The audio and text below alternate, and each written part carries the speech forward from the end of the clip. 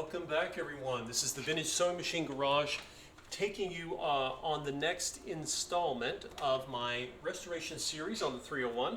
And again, the purpose of this is to simply give you just kind of how I approach sewing machine restoration, and this is a great example. The 301 is very familiar to me. In fact, the very first machine I ever attempted to restore was a 301. I should mention that. So I always remember that. It was not a black 301, but color does not really impact the mechanics of the machines. They're all the same. So I had mentioned to you all before in the last video. In this video, I'm basically going to show you how I approach lubricating a machine in the restoration process, and it's going to be a little different.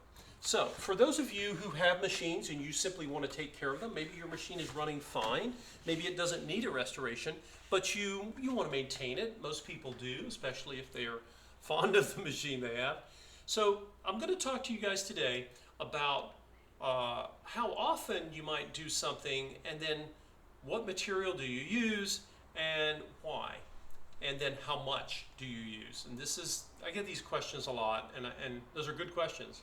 So this, of course, is the gear of the hand wheel that comes in contact with the gear of the direct drive motor, which is sitting, the top worm gear of it is sitting right there.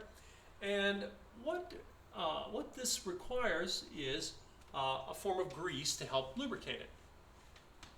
Now, as I mentioned before, I use Singer lubricant. This is the closest thing I can find to the original Singer grease. It's a it's a petroleum grease, and it has a consistency of it's almost like a thick pudding. It's not the same as the thicker grease that I use on the gears. So first thing I want to do is make sure that your hand wheel has been cleaned. Again, I could try to take more of the old grease off, but there's almost no old grease on here. So you just want to make sure you don't have anything caked on, anything heavy. There's a little spot right there I'll take off. Your primary mission here is to get most of the old grease off, make room for some new.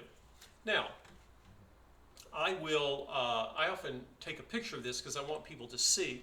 And what I've done is I've taken some of that Singer lubricant and I put it in a syringe just to make it a little more easy for me to apply. Now, here's what you want to accomplish.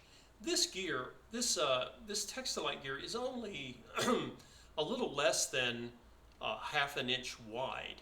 Okay, so you don't need to put massive amounts. Now, as I put this on here, notice I'm just going to put really all I want is a bead of grease, and I'm going to go around and just press very lightly because I don't need a lot, right? So I've got this little bead of grease going around, and once I put this hand wheel back into the machine, all of this bead of grease is going to spread. I don't have to spread it out. It's going to spread itself out when it goes back into connection with that worm gear. Now, where else would I like to put some grease? Every part of this hand wheel, first of all, the black areas hang outside. Remember that interior area that I was cleaning out in the last video? We now have it nice and smooth. That area, this part of the wheel will come in contact with that area. It's not extremely tight, but I do want a film of grease, so I'm going to put, again, a small bead. Look, I'm just barely putting it on there. Because you don't want a lot. What's going to happen is any set of gears, or in this case, this little part of the hand wheel itself, if you put too much grease, the grease doesn't have anywhere to go, and all it's going to do is either find another place in the motor to stick to and attract dust, or the other thing that can happen is that it can end up just falling off in clumps and getting into your machine. You don't want that. So look at that, guys. That's all. In fact, that's even more than I need there. So this is literally all I want. I've got a clean surface. I've got new lubricant grease.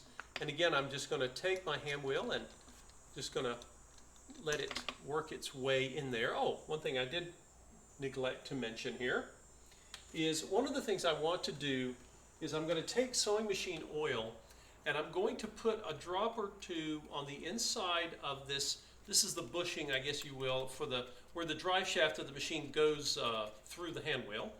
And I can even put just a couple of drops on top of the drive shaft, and they'll drip down around it. And that'll help the hand wheel slide onto the drive shaft. Oh yeah, much easier. There you go. And I've taken just taken my paper towel and I'm wiping this gear off. Sometimes these gear washer. Sometimes your clutch washers won't even have any dust or grime on them. Just make sure that they're clean. That's all you need. Now, what's my next move? I have on the inside of this hand wheel, you can see where some of the old grease found its way there, and I want to get that off. It's easier to get it off before you put your clutch washer back on. And again, the main reason to get the grease off here is both for aesthetics, and you don't want something that's as a dust magnet unnecessarily. Okay, so I have already put some oil on the threads there. We're going to put our washer back, and remember, the washer goes on just one way. These little divots should be protruding outward, and you can see they go inside on the inside, if that makes sense. And you're going to take the little, what's that, little fuzz or lint. You're going to take the tooth ends of the washer and line those up with the little notches in the drive shaft, and then you push back until it stops.